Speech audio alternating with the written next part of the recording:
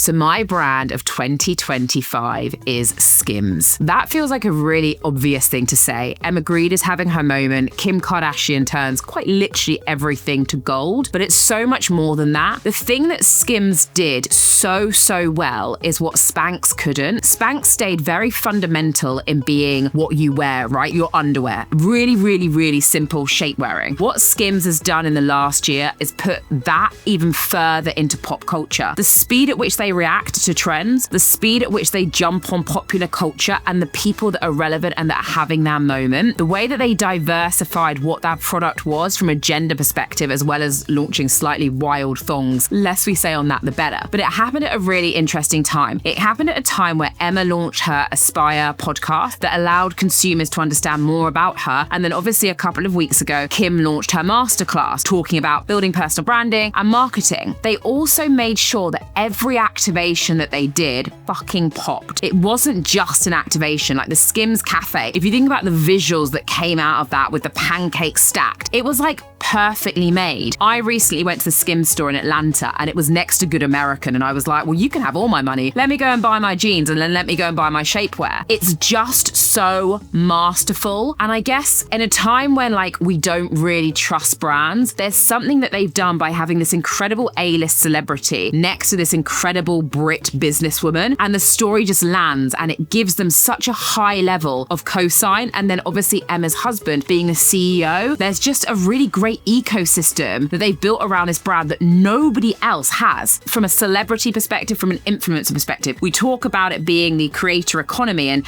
what they've done is put business next to brand, next to celebrity, and very few have pulled that off well. And then having a product that's actually fucking brilliant. I spent a lot of money in Skims. So yeah, they were my brand of the year.